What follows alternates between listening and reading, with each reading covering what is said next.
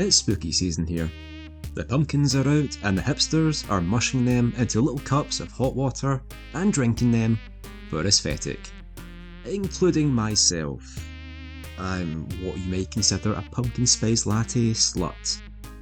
But you've not tuned into this video to hear me talk about my crippling Starbucks addictions, and instead, I want to talk about one of my other addictions. And no, I'm not referring to my Greg's one, I'm talking about my addiction to spooky, scary horror. I love horror. I was an utter shitebag as a kid, refusing to watch anything supernatural. Just to give you an example of how severe it got, I'd run out the room whenever we rented The Little Vampire. Despite my irrational fears, I would always peruse the horror sections, instead looking at the covers and backs of movies to stimulate my young mind and provide nightmares. But, of course, back then movies weren't the only things that you could rent. Video games were another commodity that was provided. Now, I can vividly remember young me getting excited about seeing one game in particular for rent. Now, you want to know what game that was? It was Busby 3D. But you need to understand that this was the kind of game that I would dare play, because over in the other corner of the dimly lit video game section was the horror games. And there was one that always caught my eye. Silent Hill. The cover? It was ugly. The murky, muddy colours of brown were completely unappealing compared to, say, Busby's colourful design. But you know what? It made an impact on me, and even that image alone was enough to scare me to know I would never ever play a game like this. It took over 20 years before I finally dived into Silent Hill's foray into the video game industry, and into what I would honestly consider the PlayStation 1's most terrifying experience. And you, dear viewer, get to witness the aftermath of this.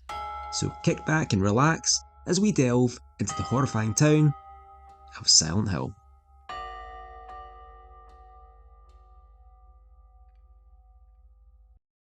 Much of the backstory is told through the opening of the game, as it depicts a mysterious young girl alongside a man and his wife finding an abandoned baby chilling out in the wilds.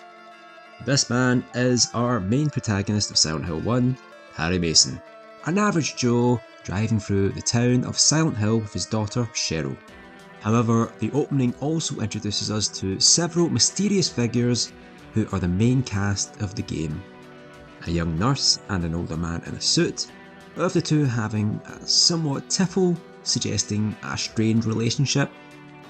As well as these two, there is also an older woman running away from God knows what, a heavily bandaged woman that looks to be extremely burnt, and a police officer who drives by Harry's car only for her to disappear, leaving only her motorcycle on the road.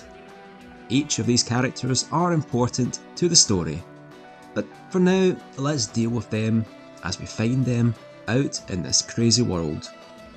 As Harry and Cheryl drive through the empty streets, they find themselves swerving to avoid what looks to be the previously seen young girl crossing the road, resulting in Harry crashing his car and beginning the game.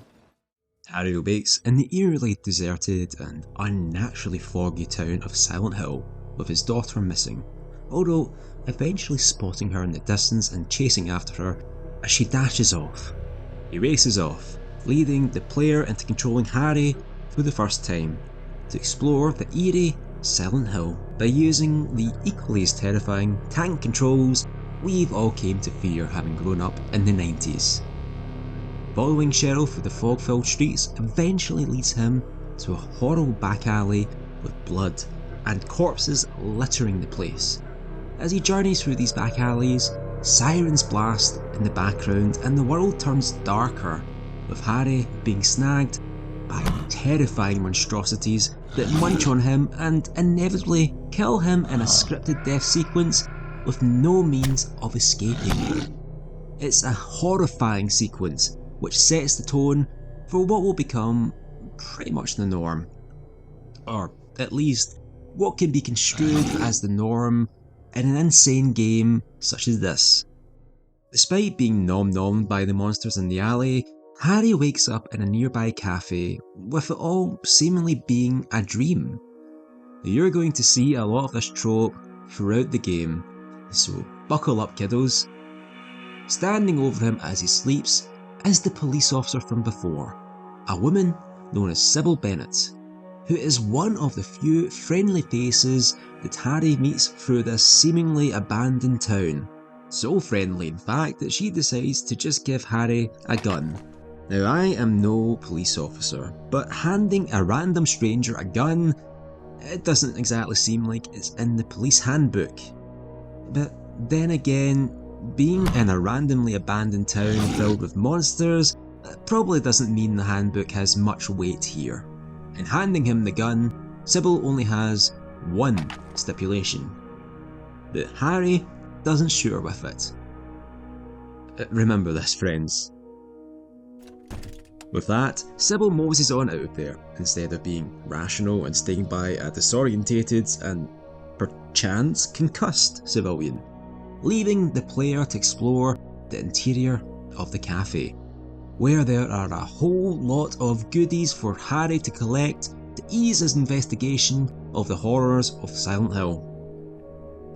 Now while we certainly did get a weapon from Sybil, another weapon actually does lie in the cafe, and it is your standard knife, which simply stated is the worst weapon in the game, due to the short range of it and is probably just as effective as a butter knife.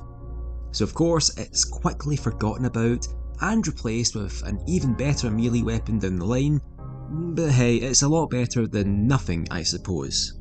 There's also some very vital equipment that comes in handy throughout Harry's adventures, such as a map of Silent Hill, which is automatically updated with areas Harry needs to go as the game progresses. Alongside this is the handy flashlight, which helps to combat the dark nature of Silent Hill and allows him to prowl through even the dingiest of basements and other dank areas. But what might be considered as one of the most important items in Harry's repertoire is the radio. While it seems broken, the radio actually provides static that alerts Harry to nearby enemies, which makes it a lot better due to the somewhat awkward camera angles in the game, blocking the player from seeing what lies in wait. And due to the horrific monstrosities and dangers Harry's sure to encounter in his journey, the game is so kind to provide save points for the player to save the game in the form of notepads found scattered in areas. Alongside these fundamental basics are also some more perishable but often well needed consumables that Harry needs to hoard in case of an emergency, such as health drinks, which slightly heals the player after some gnawing from some of the more unsavoury monstrosities of Silent Hill. And oh lord, do they like to gnaw. Which is why it's very important to keep tabs on them at all times. Now, as I mentioned previously, one of the most important items is the radio, which Harry nearly doesn't pick up until it starts acting up as he leaves, emitting static due to the imminent danger about to burst through the window and fuck up Harry's day. This would be Silent Hill's first enemy encounter of many to come. This winged bastard monstrosity is the Air Screamer, a sort of bird-like creature that dominates the streets of Silent Hill, capable of flying after Harry and swooping at him to attack. And it's this first encounter that introduces the player to one of Silent Hill's main forms of gameplay: the combat. Combat consists of both melee and ranged fighting against enemies. As you can imagine, it's often best to keep a wide berth of enemies lest they catch a bite or two of you, so it's often preferable to fire at enemies with Harry's arsenal of guns. But at the same time, this is a survival horror game, which means that conserving ammunition is vital to surviving in this harsh world. And what better means of conserving one's ammo than instead simply bashing melee weapons over enemies' heads repeatedly until they stop moving, and then curb stomping them for good measure. It pays to be sure. But since the only melee weapon in Harry's disposal is the knife, I'm sure he can be forgiven for making Swiss cheese using the monstrous pterodactyl this time. Harry's adventures take him back to the outdoors of Silent Hill, with many of the air screamers lying in wait for Harry to run afoul of them. But the game also takes a quick second to introduce us to a new enemy prowling the forgotten streets of Silent Hill: the angry doggos. You've heard the saying that dog is man's best friend, right? Well, not these fellas. This unfriendly canine here is the Groaner, a dog-like creature that's capable of chasing after Harry and jumping at him to attack him.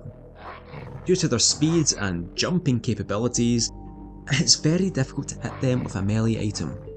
So, if you're going to fight them, it's better to do that using ranged combat. But the thing is, these hell beasts only ever appear outside, meaning the best way of dealing with them is to simply just dodge them and run away. In fact, that's a valid approach for most enemies in this game. Dodging past the enemies, Harry returns back to the alleyway where he died in the introduction of the game, but this time it's completely blocked off before he can reach the part where he found the corpse and little mutant hobgoblins. Instead, the player finds plenty of ammunition and a new weapon, the steel pipe, which is an oh so much better weapon than the feeble kitchen knife, which can be safely tossed away in all honesty. Sadly, Cheryl isn't anywhere found in the alleyway, but some of her belongings can be found in the area, including her notepad, which indicates that she's gone to school, suggesting she shuffled off to Silent Hill's own Midwich Elementary School, making this our next location. With Harry's next location decided, he circles the school on the map to indicate where to go next, with Midwich Elementary being to the southwest. Now, while not being too terribly far away, reaching it is not exactly simple due to the fact that much of the town's budget clearly has not gone into improving the roads. In fact, some of them just don't exist anymore. This road is no more, it has ceased to be. Instead, Harry needs to find a different path to the school, which once again involves exploring the dangerous streets of Silent Hill with numerous air screamers and groaners lurking nearby, just desperate to gobble him up. Eventually, his travels lead to the dead end on Matheson Street, where the road has given away and crumbled, much like my hopes and dreams. But herein lies a clue, some handwritten notes leading Harry to a doghouse on 11th Street, where not only does Harry find numerous bite marks from stalking groaners, but also a hidden key for the house it sits outside, leading to an also very rare sight in the desolate world of Silent Hill: Safe Haven, with numerous goodies for Harry to stock up with, such as more energy drinks and ammunition, but alongside new items like medkits, which heal moderately more health compared to their health drink counterparts. Now, unfortunately for Harry, the back door that he needs to leave through is barred with 3 locks, which all happen to be stowed away in locations to the northeast of the town. Although conveniently, the owner leaves a map showing all their hiding spots. That means there's a lot of backtracking across the northeastern quadrant of the map, but it provides an idea of having to seek and find out keys to proceed through the game. And as a side note, it also shows off to its Resident Evil and Alone in the Dark predecessors that it doesn't need to use limited inventory space to be scary. Well, I'm sorry if carrying 5 keys is too much for you, Chris, but with all 3 keys gathered, Harry passes through the house to the back garden, allowing him to access Midwich Street, where the elementary school awaits.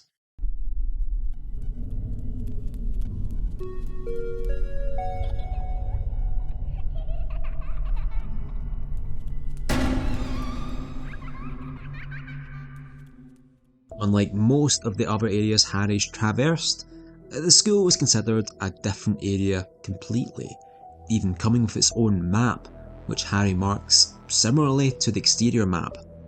In fact, for areas like this, I like to compare them to dungeons in other games, as it delves more deeply than many of the exterior areas visited, and can themselves be found to be more confusing to navigate. Plus, there's lots of monsters to smack to gain EXP. If anything of importance is seen, Harry is sure to mark it on the map to help keep track of everything. And if Harry happens to come across a locked or jammed door that cannot be opened, then he adds a little icon to the map, helping the player know where they've tried going. The school, like much of Silent Hill, is also very much abandoned of all life, aside from, of course, some of the shambling monstrosities dotting around the grounds, which are the same enemies that murderised Harry at the start of the game. These fellas are known as mumblers and are actually the subject of a huge censorship change between the PAL version I was playing compared to the North American version, where instead of seeing the mumblers in the school and alleyway, they would instead face off against an unseen enemy in the PAL version. These enemies would be known as the Grey Children, small childlike monsters that were completely removed from the PAL and Japanese versions of Silent Hill due to the concerns of killing what appears to be small children. But from what I can read, there is virtually no difference in combat compared to these enemies. Both mumblers and Grey Children grab hold of Harry, deal some damage, and are capable of ganging up on him if he's not careful. But these aren't the only things lurking through the mostly empty school halls. Aside from the physical mumblers, there are also small little ghosts that roam the hallway. Unlike our small friends in the other rooms, these fellas are completely harmless and are incapable of dealing damage to Harry. But they still interfere with the radio, which might cause some alarm to the player. While the mumblers are susceptible to being bashed in the noggin like pretty much everything else in this game, they do have the habit of ganging up on Harry in groups, making it a bit dangerous to go in for melee hits at times. So in order to help defeat the enemies, there is plenty of ammunition lying around in the school. Now, of course, I would wonder why there was so much ammunition left in a school full of young children, but then I remembered. This is America, bitch. Putting the combat element to the side, it's also worth mentioning the other main element of Silent Hill. Inside this school is a much more puzzle-orientated focus of gameplay, featuring many conundrums that are sure to stump the player. Some are relatively straightforward, such as the puzzle relating to finding gold in an old man's palm, which is taken literally by pouring a chemical solution on a statue's hand to melt it and take a gold medal from it to place at the exterior of a clock tower. Pretty easy actually. But after this, the puzzles become a bit more daunting. In fact, I would argue that the next puzzle is the most difficult in the game, being pretty notorious in the Silent Hill community. Now, if you've played the game before, you likely know the very puzzle I'm talking about. Inside the music room is a piano that can be accessed after inserting the gold medal outside the clock tower, and accompanying it is a rather cryptic story of birds. It's this story that actually explains the order of how to press the keys on the piano to solve a puzzle. But even then, it's one I couldn't figure out, and looking online, it looks like others fell prey to this puzzle too. From what I can understand, the player needs to figure out the keys that make no sound, and rather a clicking noise, but in the right order. But after solving this fiendish puzzle, another medallion falls from up top, which can be fit into another slot outside the clock, which in turn changes the time to 5 AM and unlocks the third puzzle. Now, compared to its bastard predecessor, this one is incredibly easy, as a bloody note indicates that the player simply has to go down below to the basement to turn on a generator that will now suddenly work. And once that's done, the door to the clock tower unlocks, allowing Harry to venture inside, travelling through the interior to come out on the other side to the school once again. But while this looks eerily similar, all is not quite as identical. For on this other side is a world of new horrors. The Otherworld. The Otherworld is a familiar sight to those who have played through the series, appearing many times in what I assume to be pretty much every mainline Silent Hill game. A far more grotesque and disturbing version of the already utterly bonkers fog world the players explored through thus far. Replacing much of the world with rusted grating and bloody walls, the Otherworld is a very unsettling experience, and while the layout is the same as the fog world previously explored, many of the doors no longer function, meaning new routes need to be taken. And once more, the corridors of Midwich Elementary School are being stalked by horrific creatures such as even more mumblers. Accompanying them is a new enemy type known as the Creeper, which look to be little cockroach creatures. Now, while they're not much of a threat, they're also very skittish and hard to hit with melee weapons, although like other enemies, they can be knocked down and then stomped to death efficiently. But these skittery wee bastards are also really annoying to kill even when using firearms, often dodging more bullets than Neo from the Matrix, resulting in many wasted bullets. Not only is the interior and routes changed, there's also some unnatural differences to stump and cause confusion to the player. For example, what is very confusing is that at one point a door to the bathroom immediately teleports you to the one above in the next floor, which is confusing. But while these differences may put off the player, what may help incentivise them to press on for the haunted school grounds are some brand new goodies for Harry to snag. For example, while the entrance to the school is locked and blocked by a duo of mumblers, there's also a new healing item to be found, which is the very rare Ampule, the best healing item in the game, which fully restores Harry's health to maximum. What might be the best damn discovery in this hellhole of a school is the shotgun, found located in one of the bathrooms of the school. This shotgun is an invaluable weapon to have, and honestly was my favourite in the original playthrough, probably because this was the last firearm I found in that run, but I'll explain that later. Of course, compared to the abundant handgun ammunition that exists, shotgun shells are far rarer and more difficult to get hold of, so it's often worthwhile to save the big guns for the more tough enemies. And don't you worry, because Silent Hill has its fair share of those. But you know what else the Otherworld has its fair share of? Spookies. The game does an excellent job of luring the player into the false sense of security, such as in the locker room. Now in the fog world, a knocking locker turns out to be a trapped cat, although its fate is quickly short-lived, but in the Otherworld, the same locker continues to knock loudly, only to be empty when opened, aside from a large amount of blood. It might seem anticlimactic, until suddenly a body decides to plop out from a nearby locker as he tried to leave. Now you think that locker is filled with an absurd amount of red? You should see my undies filled with brown after this. As mentioned, many of the original pathways are blocked, requiring new keys and other means of reaching the end goal of the basement, where after a strange turnstile puzzle is opened up, the path leads further down below to Silent Hill's first boss encounter, the Split Head. A very angry and snappy boy that, in my normal playthrough, lasted all but 45 seconds.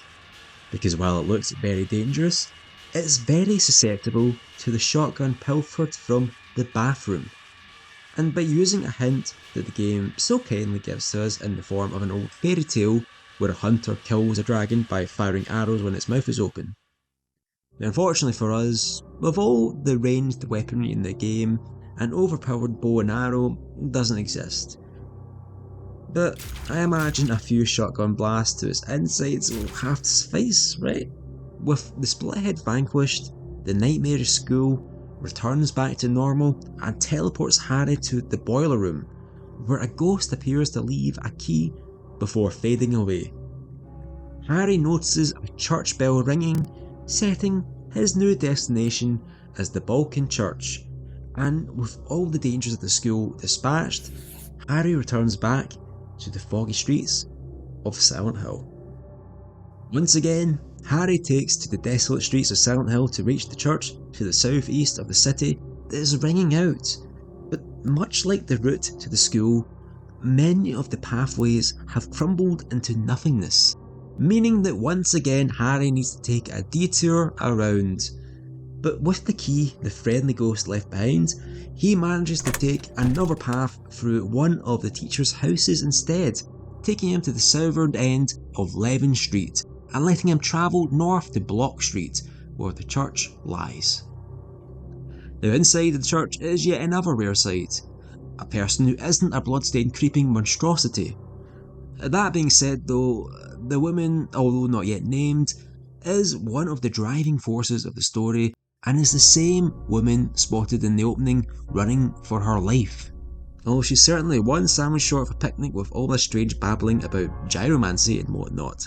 While everything she says is supposedly babble, she does indicate she knows of Cheryl's location, making comments that Harry needs to make haste to the hospital before awkwardly shuffling away. But before leaving, she bequeaths Harry with two items: the Flowers, of which its purpose is still a mystery, and a key to the drawbridge to the east, which in turn leads to the central part of Silent Hill, which is the shopping district where the hospital lies to the south.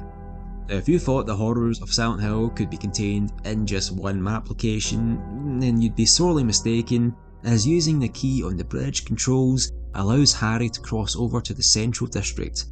And fortunately, most of the roads are somewhat intact enough to allow him to travel straight to the Alchemilla Hospital, which acts similarly to the school in that it's a main area for a large portion of the game. So I guess we could consider this to be the game's second dungeon, if you will.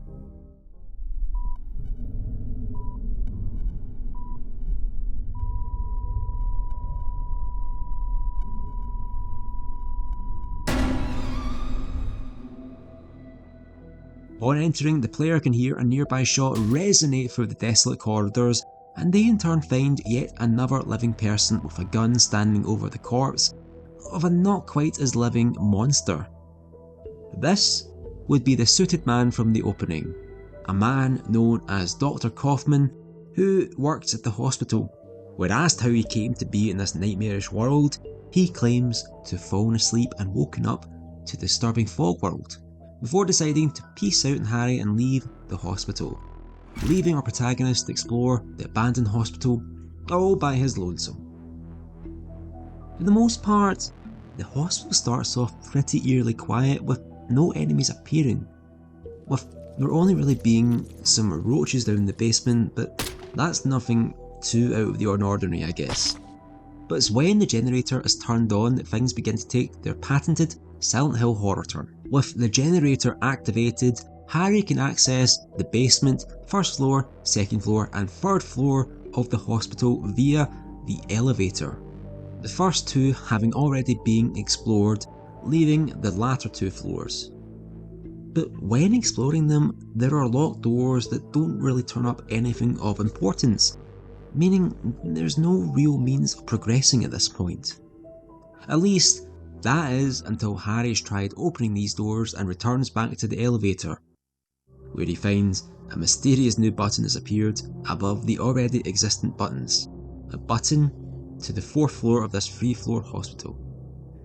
You're probably getting a bad feeling from this, and you would be right, because reaching this floor in turn leads Harry back to the ghastly Otherworld he encountered before the school. The Otherworld hospital is filled with new monstrosities to tangle with, the first of which being the puppet nurse, a mutated nurse that carries a knife to poke holes into Harry if they get too close, and can grab hold of him to allow her peers to do some further stabbing. And the second of these enemies would be the Puppet Doctor, an enemy that functions very similarly to the nurses, but are a bit more stronger, and they sound like Tim Allen when he die. At this point, both can be swung wildly at with the lead pipe, but sometimes this doesn't deter them and they'll get some stabbies in if they get too close, meaning it might be better to fire some handgun bullets into them. Or at least that is until Harry manages to reach the basement once again, where he finds an emergency hammer in the Otherworld generator room, which happens to be probably the best standard melee weapon in the game, capable of caving in the skills of both puppet nurses and doctors alike. Now, aside from these murderous medical staff, there's also a tentacle monstrosity residing in one of the rooms on the second floor that damages Harry if he gets too close to it. The problem with this fella is that, unlike most things in this game, it cannot be simply bashed repeatedly on the head, making it immortal. So instead, he needs to distract it with some blood found from a blood pack found in the hospital, allowing Harry to scoot on by and to pick up what it's guarding: a plate. There are several of these plates to be found throughout the hospital, leading into its own version of a puzzle in the nurse centre, similar to the piano puzzle from the school, but this time it's far more easier. Upon finding all 4 of the missing plates, the player needs to place them in the correct order by using a nearby poem. Each line refers to the colour of the plate that needs to be used by the player. The first line, "Clouds flowing over a hill," correlates to the colour white, and already has the colour white inserted automatically, whereas "Sky on a sunny day" relates to the blue plate for a clear blue sky. The third line, "Tangerines that are bitter," already has the colour orange inserted automatically, but the next slot refers to the line "Lucky 4-leaf clover," meaning the player needs to insert the green plate for the colour of the clover. "Violets in the garden" already has the colour violet inserted automatically, but it's followed by the yellow plate to correspond with the dandelions along a path line, with the yellow representing the dandelions. And finally, "Unavoidable sleeping time" already correlates to the colour black and is inserted automatically, but the liquid flowing from a slashed wrist corresponds to the red plate for the colour of blood. With all plates inserted in the correct order, the door unlocks, allowing exploration of the eastern side of the floor, with the exploration eventually leading to a basement not shown on the map. And it's deep in the hidden basements of this hospital that lies a secret room with a photo of a young woman called Alessa, who looks exactly like the young girl who's been popping up all over the town. Alongside this is a key to the examination room on the first floor, where Harry meets with yet another friendly-ish face. This time it's the young nurse from the opening of the game, who goes by the name of Lisa Garland, another victim who's also trapped in this nightmarish realm of the Otherworld Hospital. But before Harry can really get to know Lisa, he passes out after he hears the air sirens from before, and instead wakes up in the fog world again. While Lisa is no longer around, the babbling old woman from before shows up instead, introducing herself as Dahlia Gillespie, telling him that he was too late in another one of her weird cryptic mumbo-jumbo rants, and tells him that Silent Hill is being consumed by a darkness that only Harry can stop. Providing absolutely no insight whatsoever, she awkwardly shifts away, but not before leaving Harry a key to an antique shop, which would be his next location. Back on the streets of foggy Silent Hill, Harry needs to find the antique shop that the key fits, though at this point I had no idea where it was, and was left to wander the decrepit streets. But while roaming, I made a new discovery. A brand new monster to strike fear into my heart. Now quick, someone get me Makoto Naegi, because this thing right here is a dang ass romper. A horrifying monster that looks like the cross between a human and one of the dog-like groaners, prancing on all fours to chase Harry and leaping on top of him to start attacking him. And in a panic, I made a decision to do what I do best in situations with horrific nightmare monsters lumbering towards me. I Scooby-Doo run away and don't look back. Eventually, as I explored the streets, desperate for safe haven, I noticed that the map had indeed been updated at some point to reflect the antique store to the northeast of the district, where inside, Harry can move a cabinet where he discovers a hole and a wild Sybil who comes stomping in after him. She explains that she was unable to get out of Silent Hill due to all the roads being destroyed, but that she believes that she saw a young girl that she thinks could be Harry's daughter, who was last seen heading down Backman Road, where she was heading off to the lake, although seemingly impossibly, since the road to the lake has given away. But that sure hasn't stopped this young lass, who appeared to be walking on thin air. Of course, Sybil is very quick to dismiss this, saying that Harry's tired and that the ramblings of Dahlia Gillespie are likely just some drug hallucinations. Now, that might seem like a passive comment, but there might be more to that, so let's add drugs to a corkboard of things to be wary of. For now, Harry's next goal is to find either a jetpack in the forgotten streets of Silent Hill, or to find an alternative route to the lake. Harry explores through the tunnel as Sybil keeps watch, where he comes to an exit and finds an altar to some sort of god that he deduces is the other church that crazy old lady Gillespie was harping on about. And he also finds a brand spanking new weapon sitting on a wall nearby, the axe. Which, while looking quite nice and flashy, I felt wasn't quite as good as my favourite emergency hammer, and thus went completely unused for the entirety of the game. With nothing really of value inside, Harry turns to leave from where he came from, only to notice a fire starting at the altar, and he mysteriously teleports away as Sybil checks the room and finds it deserted. Instead, Harry finds himself back in the hospital with Lisa, having once more passed out again, and they decide to talk about old lady Dahlia Gillespie, where Lisa reveals that the rumours state that she went insane after her daughter died in a fire. Once again, Harry passes out and wakes up on the floor, this time in an otherworld version of the antique store he was originally in, and he begins to wonder if maybe everything that's happening is a bad dream from winding up in an accident on the road.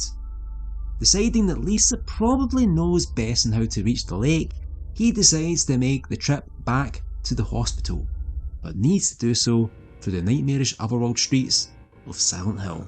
Now, until now, the underworld has been confined to smaller dungeon-like areas that Harry has explored, such as the school and the hospital.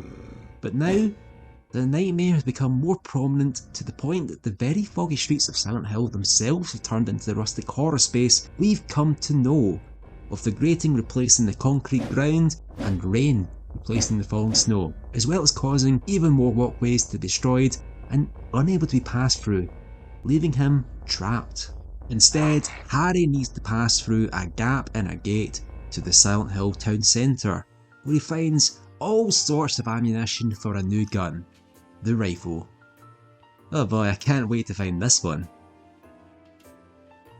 As he travels through the upper floors, he spots a spooky scary corpse being munched upon by a spookier scarier creepy crawly. But before we can squish it with our trusty emergency hammer, the walkway gives way below Harry's feet, causing him to plummet into the depths and leading into Silent Hill's second boss battle. This time, the boss fight is against the squishy creepy crawly, known as the Twin Feeler. A shy little fella who likes to burrow underground to hide away and pop up to say a friendly hello. And by hello, I mean acid.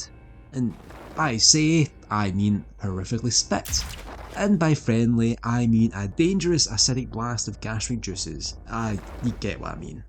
Throughout the fight, it leaps up the damage and then retreats underground to try and avoid Harry's arsenal, leaving it ripe for some shooting. But of course, there's a lovely placed rifle just sitting here, just waiting to be picked up, that is sure to be a blast against this boss. Except in my playthrough, my dumbass self didn't notice it, and I went through the rest of the game without it. But even without the rifle, Twin Feeler was no match for several shotgun blasts to the face before giving up and retreating through the door, letting Harry back out into the otherworld streets of Silent Hill. By the way, do you remember those old air screamers and groaners?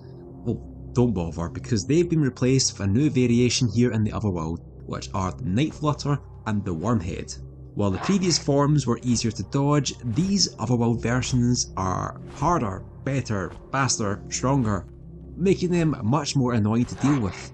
But since they only appear outside, they can still be ran away from, which, while more difficult than their fog counterparts, is still doable and probably the best course of action, as Harry returns back to the hospital to no doubt treat his wounds. Once again, the hospital is covered in rust and decay, much like we became accustomed to in this otherworld. But waiting for us inside as always is Lisa, who seems to only appear in the nightmarish hellscape that is the otherworld hospital, And she's certainly relieved to see Harry return, having been absolutely terrified of being alone, like any rational person in this sort of situation. Harry asks if there's another route to the lake aside from Backman Road, and she remembers that the sewers outside the school run to the lake, giving Harry a new pathway. But she also begs Harry not to go due to being scared, and Harry for once asks someone to accompany him. But ultimately she refuses, stating that she doesn't think she can leave the hospital. Oh, Harry, I'm so scared. I'm cold. Well, damn, Lisa, I can't control the weather. Well, it shouldn't be too hard to reach the school from here. Silent Hill itself decided to have a different idea, as the two exits on the path are decayed and cannot be crossed, leaving Harry to instead take a detour up to a fire escape, which, as you can imagine, is clearly a trap, as it leads Harry up to the roof where yet another foe awaits, a giant moth known as Float Stinger, which acts as the game's third boss. This big fella here is the next form of the giant larva, Twin Feeler, clearly looking for revenge after all the shotgun shells embedded in his wormy little self. But unlike the Twin Feeler that kept to the deep ground, Float Stinger keeps to its name and instead likes to float. And boy does it like to sting. But not only does it like to get up close and personal, Float Stinger keeps its poisonous attacks it had during its infancy, meaning Harry needs to frantically dodge around to avoid being struck by its attacks, while likely firing rapidly with his shotgun to deal a whopping amount of damage to it. Or the rifle if you were smart enough to pick it up, unlike me. While the rest of the bosses seen already were dispatched pretty quickly, it takes a fair amount to kill it, but eventually it withers away with a blast of the air raid siren eradicating the otherworld once more, and the world returns back to the foggy mess we've come to love from Silent Hill. And upon crossing over the bridge back to the original map we started in, the game is kind enough to teleport the player over to the elementary school sewer immediately, with Harry breaking the lock and entering the depths of the sewers. Down below in the underground of Silent Hill, these sewers aren't the only thing that stinks. One major change occurs as Harry travels through the tunnels. Player may notice that new enemies have begun to appear, known as the Hand Scratchers, which are some new monstrosities that lurk on the roof, kinda like a Resident Evil 2 licker. And accompanying them are the mumblers and roaches we became accustomed to throughout this game. But there's one major thing that the player may also notice. Harry's radio is no longer emitting static when they're near, alerting him to their sudden appearance. And that's likely due to the fact that he's down underground and the radio doesn't pick up a signal, which is a neat touch, and doesn't make it a lot more terrifying.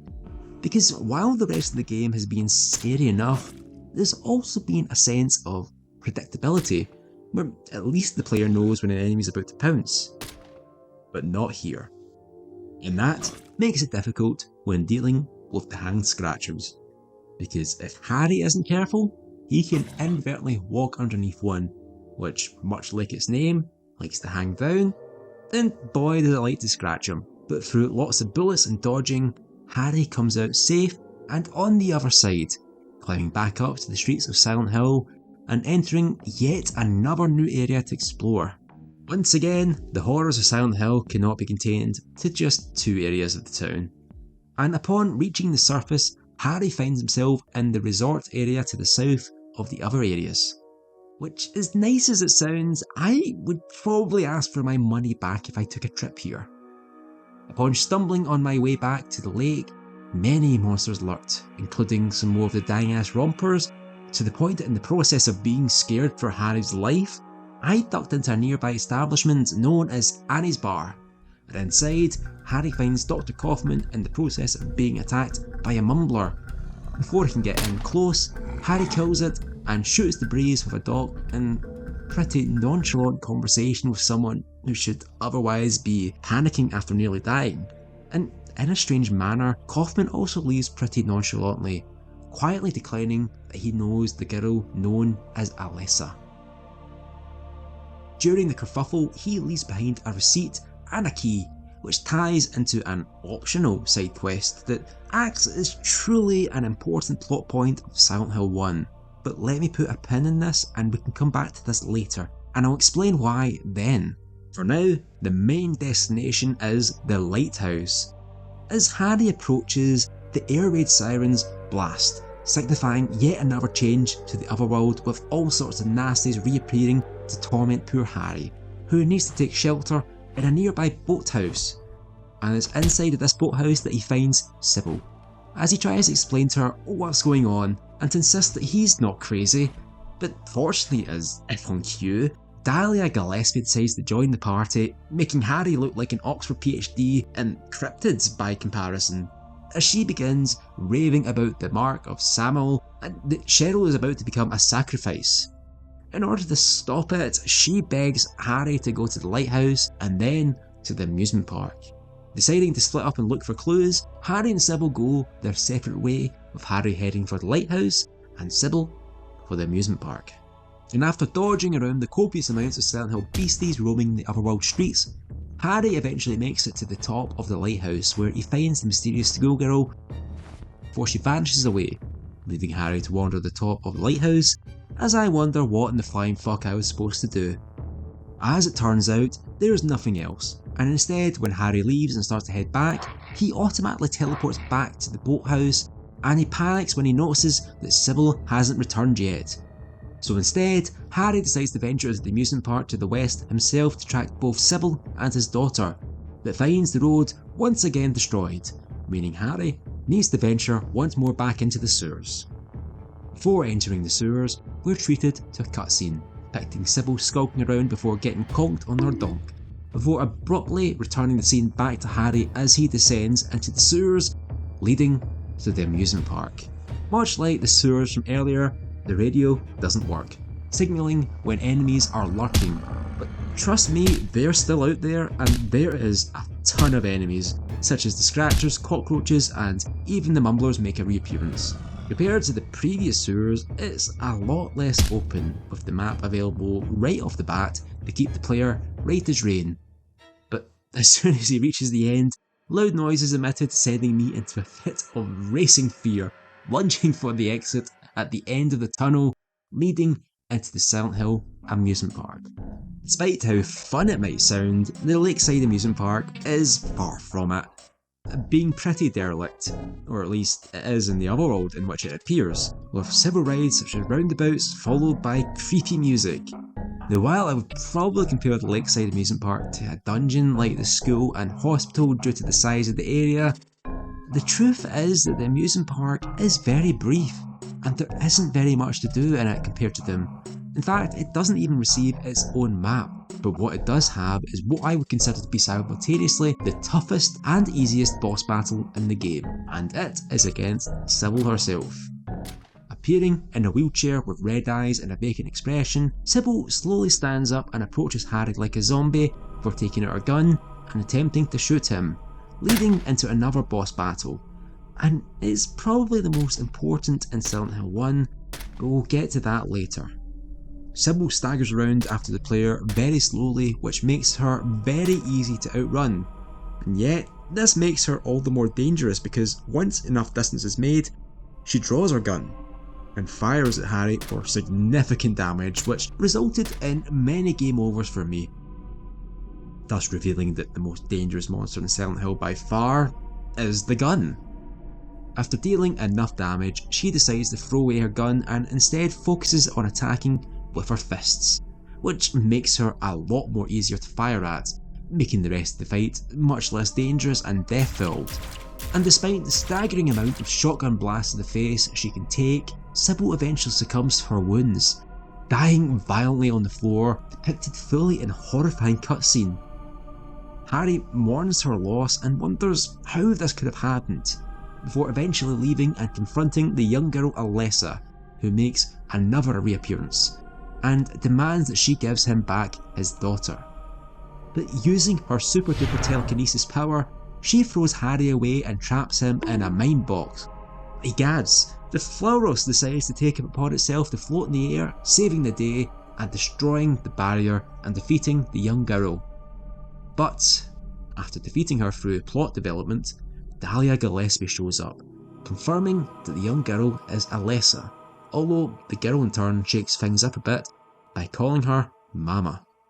Indeed, Dahlia reveals that she set Harry on Alessa in an attempt to capture her daughter, so that she didn't need to do the dirty work for herself, meaning she's actually the main villain of Silent Hill 1 that's been orchestrating everything.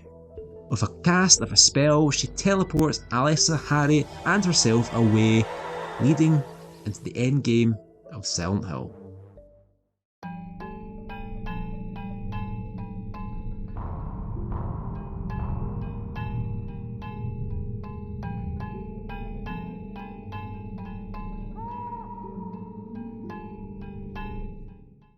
Upon waking up for like the bajillionth time in this game, Harry finds himself in the hospital once again with Lisa, who begins to show peculiar behaviour, such as weird facial twitches.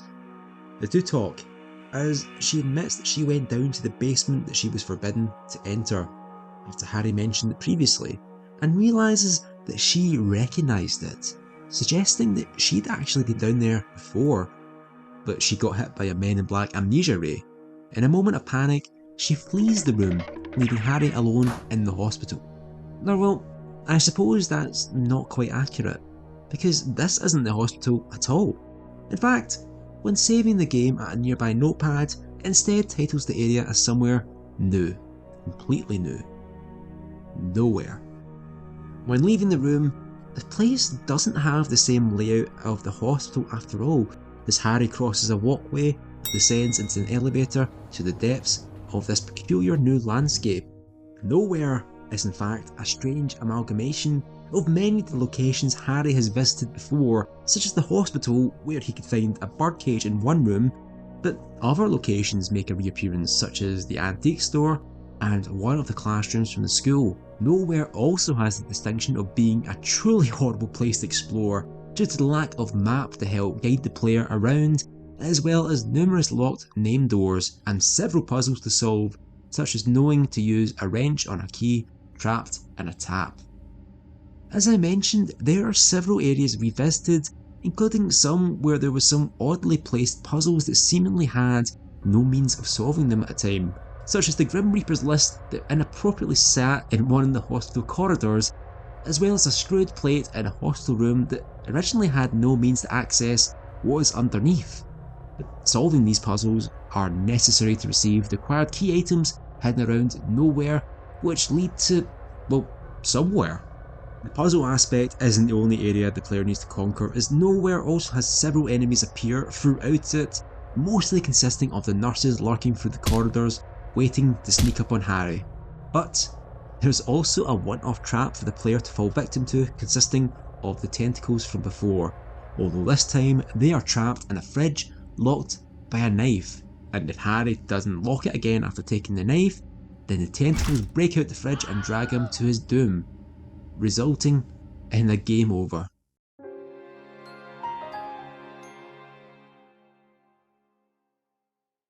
And do you remember those harmless little squeaky ghosts from before at the school that were kinda cute?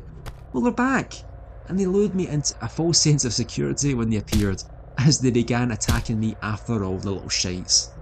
As he investigates and gathers items, Harry stumbles across Lisa in the storeroom, who reveals some shocking news on why she's still alive and everyone else is dead.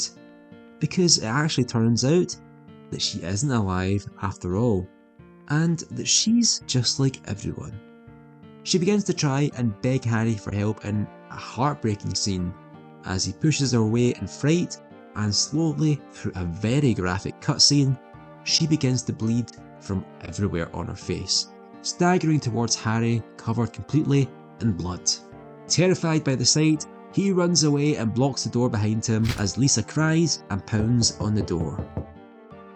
And if the player enters the room once more, find not Lisa, a diary, revealing some more backstory of our new spooky ghost. In truth, the Lisa Garland we've known for this entire game has been dead all along, having died before the events of Silent Hill even began. Lisa worked in the hospital where she was placed in charge of a patient and desperately wanted to stop due to some weird nature of the person injured with wounds that would not heal. Eventually, her ramblings began to take a strange turn as she makes remarks of rooms full of insects, and other strange ramblings were dictating that she needs a drug, revealing that she's actually suffering from an addiction, which actually ties into something Sybil mentioned before, that there's a drug circulating around Silent Hill using a plant in the area known as the White Claudia. So, who was the patient that Lisa wanted to stop caring for? Well, from a randomly appearing documentation that appears in the director's office on the 3rd floor, it mentions that a fire emerged several years prior, where the burned body of Alessa Gillespie was found, which even Lisa commented earlier, and that it caused Dahlia to lose her marbles. And yet, we've just seen that she's still alive. Now, we saw in the hospital room in the basement where Alessa was treated, which suggests that in reality, Alessa's death was actually a cover-up, and that she was treated at the hospital by one Lisa Garland. There are many questions that arise now on just how Lisa died, but unfortunately it doesn't look like Silent Hill 1 itself addresses this, although it's apparently touched upon in other media. But for now, we can trudge on, knowing now that Lisa was the carer for a very badly burnt Alessa. In fact, a lot of nowhere and the horrors of Silent Hill have all in some way been related to the existence of Alessa Gillespie, with the school being filled with the bullies that hurt her, or the hospitals being filled with the nurses that treated her, including the projection of Lisa Garland beyond her death. It seems that Alessa truly is the driving force of what is going around in the spooky world of Silent Hill. A young girl who has suffered horrifically by those who should have taken care of her. And it's seen upon entering Alessa's hospital room, where visions of the past show Michael Kaufman, Dahlia Gillespie, and other doctors standing over Alessa, discussing that her spirit has split in half, ruining their plans, although Dahlia proposes to cast a spell to bring her other half back to Silent Hill for them to achieve their goals. After gathering all 5 the spoopy talismans needed to unlock the door in a young girl's room, it leads to a vision of the Gillespie household in the past, as Dahlia coerces and tugs at the unwilling young girl. It's down below that Harry confronts Dahlia and the spirit of Alessa, alongside the physical body of Alessa that was left when her spirit was severed. Dahlia also drops a truth bomb for Harry. The girl that he was seeing all throughout the game turns out to have been Cheryl all along, with Cheryl having been the split half of Alessa that she purposely severed from herself. But now that Cheryl has returned back to Silent Hill, she has combined once again with Alessa's spirit to complete her, and with that, Dahlia can commence her plan of birthing her new god through Alessa.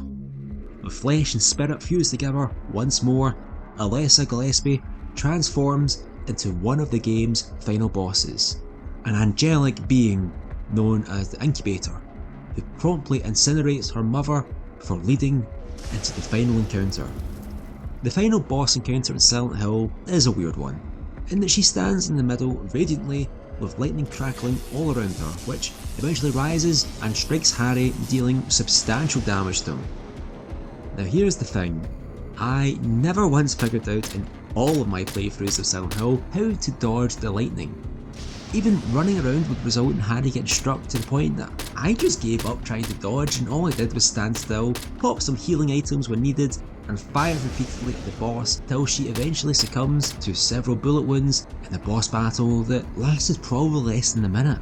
Defeated, Cheryl's voice thanks Harry and disappears, as Harry falls to the ground in defeat at the loss of his daughter, in a solemn ending that ends abruptly as the credits roll, although the post-credit scene shows that everything the player has done has been Harry's final thoughts, his brain scrambling to a conclusion as it shows his lifeless body still in his car from the start of the game.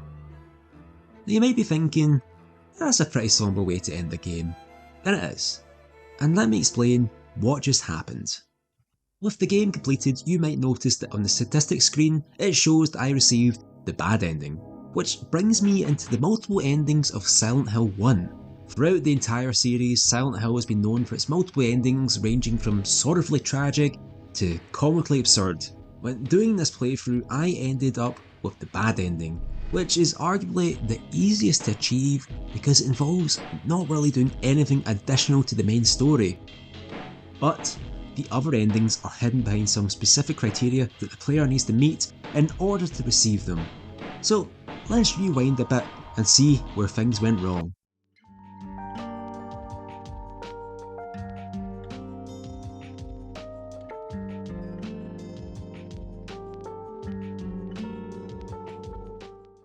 As it turns out, the answer can be found in Annie's bar of the resort district.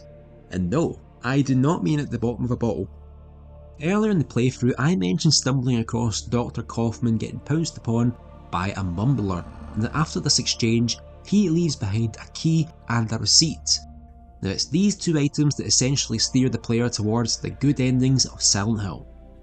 The receipt in question is for a nearby store known as Indian Runner, which can be accessed by entering the code conveniently left on Kaufman's receipt. And inside, Harry can find a safe which, when unlocked, reveals the contents inside. Drugs. And one might wonder, just what is Kaufman's affiliation with this company that's keeping what seems to be illegal drugs? Well, throughout the game, we've seen mention of a rampant drug increase throughout the city, one known as PTV, and we've seen some mention through the hostels and police stations about it utilising the white Claudia flower native to Silent Hill, while also highlighting just how addictive it is. But this also draws back to another character who's likely suffering from PTV abuse. Lisa Garland. While I don't quite know if the effects of PTV are made clear to the player in-game, what it does seem to suggest is that Lisa had a severe addiction to the drug, and with Kaufman seemingly involved to its trade, it's beginning to cast light on how dubious this doctor might actually be. But it also ties into something we've already seen before. Lisa mentioning that she used to look after the patient she didn't want to look after in the basement, and we've seen that this was Alessa Gillespie, and that Dr. Kaufman was fully aware of this. And we may have even seen the conversation at the start of the game, in an opening that doesn't actually appear elsewhere, Lisa arguing with Dr. Kaufman and him reacting aggressively. So maybe that means that Kaufman kept a check on Lisa by utilising her biggest weakness. What if he supplied her with PTV? On a wall nearby is a note indicating that there is a delivery for somewhere nearby with a rear door accessible using a code, and a photo of the Norman Hotel, where the player can stumble across a keypad as they explore near the motel, granting them access to the rest of the area, including room number 3, using the key that Kaufman left behind when he was attacked. After pushing a cabinet in Kaufman's room, he finds a hole with a key to a motorcycle in a nearby garage, and it's inside of this motorcycle's gas tank that Harry finds a strange vial, much like the smashed one he found in the hospital during his first visit. But before Harry can snag it, Kaufman confronts him, taking it off him and chewing him out before storming off in a bad mood, telling Harry he wasted his time. Now you would probably think that maybe this was a waste of time, as everything pans out pretty much similarly to the previous ending, in that we have to fend for our lives against Sybil and wind up in the nightmarish Nowhere endgame. But in reality, the player has locked himself into one of two good endings at this point. Instead, as Harry confronts Dahlia and Alessa's spirit and body combine into the incubator, Kaufman shows up to shoot Dahlia, chastising her for causing the fog world and using him for her own nefarious purposes. Armed with the vial from before, he launches it at the incubator, which expels the monster from Alessa, and in turn results in a different final boss from the incubator itself, a demonic being known as the Incubus. Now while this boss might look a bit different, it's very much just the same as the incubator, including using the same lightning attacks that are a bastard to dodge. But with numerous first aid kits and bullets used, eventually it's defeated, leaving Alessa on the ground. Using the last of her spirit, Alessa manifests another baby like Cheryl that Harry discovered years prior, before fading away. And in the background, Kaufman has also survived the birthing of the incubator, but a bloody Lisa Garland appears to drag him to his death, once again suggesting that Kaufman is responsible for much strife that appeared in her life, that she's prepared to kill him in revenge. Harry runs off into the streets of Silent Hill with the baby cradled in his arms, and the game comes to a close with the final screen showing that this ending is the good ending. Well, that's it, game's over, right? Well, no, not really, because there's yet another ending that is considered the best, and it requires an additional step as well as the Kaufman quest to achieve, although I would consider it to be more nuanced and missable compared to the side quest we just completed. The second criteria is to make sure that they don't kill Sybil during her boss encounter, which isn't quite as straightforward as you might think. You can't knock her out with melee weapons because she will still die, which means that the only way to stop Sybil without bloodshed is by finding a very specific key item. In fact, it's very possible to forget to pick up the vital item needed to do so, meaning that the best ending is locked out for the rest of the game, as it's impossible to backtrack to get it. And the item in question needed is a plastic bottle filled with some of the strawberry Kool-Aid from the floor of the hospital. As you may have realised, the red liquid from Kaufman used to expel the incubus from Alessa and the red liquid splashed on the floor are one and the same, a concoction known as Aglofatus. And it's likely not until seeing it in action against Alessa Gillespie that the player might think, could this expel any monster, including whatever seems to possess Sybil? Well, the player would be correct in assuming that, as using the liquid on Sybil during her boss fight completely skips the encounter, and instead causes her to come back to her senses, meaning we no longer need to kill her, changing this from the hardest boss encounter to the easiest boss encounter. With Sybil surviving this encounter, this also impacts two variations of endings we've seen before, giving a slightly better bad ending than the first ending I showed before, as well as the best ending possible in the game. Essentially, if the player does not complete the Kaufman side quest, they will receive the bad plus ending, whereas if they complete the Kaufman quest and save Sybil, they receive the best ending, the good plus ending. With the bad plus ending, everything pans out essentially how it did in its original counterpart, but instead a post-credit scene shows Sybil slapping some sense into despondent Harry. That's pretty much it, aside from not showing a dead Harry in his car. And good going, you earned that slap, everyone. As for the good plus ending, it also proceeds very much like the original good ending scene. Kaufman shows up to spray juice all over Alessa, and then still gets dragged to hell by Lisa. But the main difference is that Sybil escapes with Harry and the baby, and in subsequent playthroughs, the opening that depicts Harry and his wife finding Cheryl as a baby instead replaces Harry's wife with Sybil, suggesting together they will raise this new child. But with the way that the series has progressed, I doubt that this is the canon ending.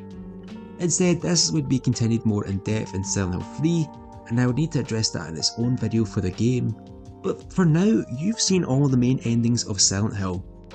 But there is one final ending to be snagged.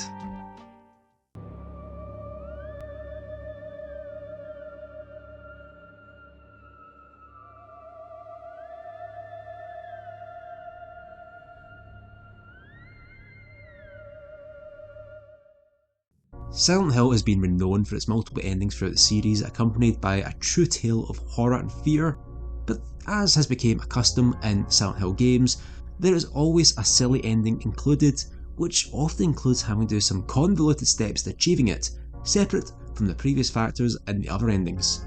Unlike the other endings, the fifth ending can only be attained in the game's New Fear mode, a mode unlocked after completing the game on a save, which is effectively replaying the game again, but on a harder difficulty and with more goodies to unlock. For example, when Harry starts a New Fear game, he gains access to some new weaponry, the chainsaw and rock drill, two powerful weapons that require gasoline to fuel, although the gasoline doesn't appear until the player has completed the game and has started New Fear mode. Both are powerful additions to Harry's already staggering melee arsenal, but the fun doesn't end there, because as long as the player has completed both a good and bad ending on one save, then they'll unlock the katana. Who needs to find your lost child when you can simply study the blade? But I'm getting a little off topic here. None of these weapons are required for the 5th ending, although a good plus save new for your run will unlock a pivotal key item to achieving it, the Channeling Stone. Hidden inside of a convenience store at the start of the game, its use isn't very well known, apart from to use it in certain locations. Now, normally this wouldn't be an issue, but the problem for me was I completed my previous playthroughs on separate saves, saving before key actions to obtain the other endings, but on each of these saves I completed the game on normal difficulty. When a player completes the game on their chosen difficulty, they unlock New Fear mode, which automatically bumps up the game's difficulty to the next level, meaning that my UFO run would be on hard mode. With respawning baddies that take a lot of ammunition to murderize, I didn't really expect to beat the game fairly, so I did something drastic. I cheated. Yeah, that's right, I am a dirty little cheater. As I completed the game various times, I came to learn that there was a secret menu on the option screen. When the player hits the L1, R1, L2 and R2 buttons, it shows a new menu with brand new options such as toggling auto run on and off, and even allowing them to change the colour of enemy blood. But what is the most important option here is the bullet adjust button, where it does give a multiplier to the ammo picked up, and meaning that I didn't need to be quite as stingy on doling out the buckshots. So armed with the power of even more ammunition, I once more took to the streets of Silent Hill in pursuit of the final elusive ending. In specific areas, the player needs to use the Channeling Stone, which triggers a cutscene where Harry spots a flying white light in the sky before it darts off. For these specific areas, he needs to do this in the Midwich Elementary School roof, the Otherworld Alchemilla Hospital gates, the Norman's Motel parking lot, and the boat. Once all these been achieved, the player just has to proceed to the lighthouse in the resort area of Silent Hill as normal, and then use the Channeling Stone one last time. And once done, the player has completed the game, and are treated to a scene where Harry is attacked by aliens and abducted. The UFO ending. And with it comes another new reward for a New Fear run, the Hyper Blaster. Automatically appearing in Harry's inventory for subsequent New Fear runs where the UFO ending has been saved, the Hyper Blaster is a laser-sighted weapon capable of pinpoint accuracy in picking off enemies, and it doesn't require any ammunition. But what's also pretty neat about the Hyper Blaster is that it has the ability to power up depending on how well the player did on their previous runs, dictated by the rank they earn at the end of the game, up to a maximum of 10 big stars. There are many factors that dictate your stars during your run of Silent Hill 1. For starters, playing the game on easy mode already deducts 5 stars from the player, whereas normal mode and hard mode won't award any additional stars. But this brings me back to the next stat. How many clears that the player has already achieved? In order to be rewarded with the most stars, the player needs to have completed all 5 endings in one save, meaning that they will have had to have completed a few of them on hard difficulty due to New Fear's automatic upping of the difficulty. Likewise, the ending you received in your latest playthrough also dictates your score, with Good Plus giving the most stars. Saving is another factor of your end score, as saving too many times can reduce your overall score. In fact, to receive the full amount of stars for this category, the player is expected to save no more than twice throughout the entire run, giving very little leeway for error if Harry gets nommed and the player needs to use continue. Speaking of which, death is another factor that the game counts against the player's score. The more times that the player dies, the more their ultimate score will suffer, but it makes it all the more difficult when you realise that the game also grades how many items that the player snagged, how many enemies that the player has murderized without missing any shots, all while being graded on how long the player took to reach it. It's very precise. It actually pays off for later runs. By standard, the Hyper Blaster is relatively weak, being the equivalent of a handgun shot, and unless the player aims high in their ranks, then it won't become anything powerful. That is, unless the player earns at least a rank of 8 stars in their last playthrough, where the red laser turns yellow, meaning that the Hyper Blaster becomes as powerful as the shotgun.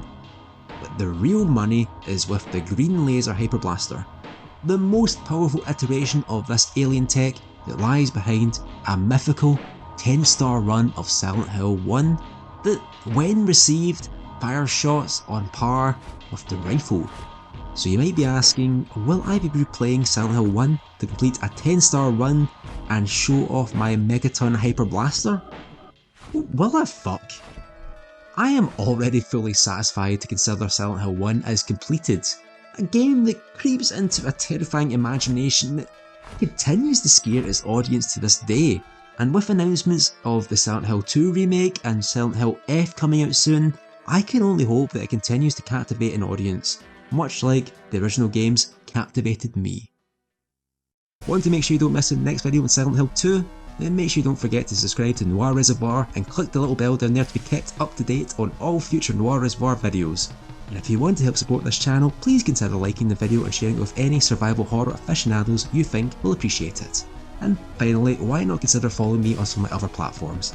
You can find me on Blue Sky, Tumblr, or even my very own Discord server for all the dank memes. I'm sure you won't regret it.